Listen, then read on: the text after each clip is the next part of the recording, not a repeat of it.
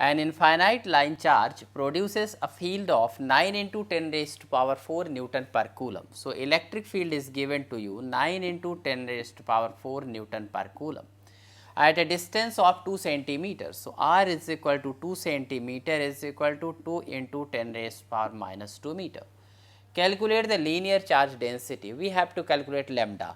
So, E is equal to lambda upon 2 pi r epsilon naught. We have already done this one. So, we can write here E is equal to 2 lambda divided by 4 pi epsilon naught r. I have multiplied by 2. So, we can get 9 into 10 raised to power 4 is equal to 2 into lambda divided by 1 upon 4 pi epsilon naught. 9 into 10 raised to power 9 divided by r is 2 into 10 raised to power minus 2. So, this 2 will get cancelled, 9 and this 9 will get cancelled here, and now this will be coming here. So, lambda is equal to 10 raised to power 4 into 10 raised to power minus 2 divided by 10 raised to power 9. So, now we can solve it here. 10 raised to power 4 minus 2 minus 9.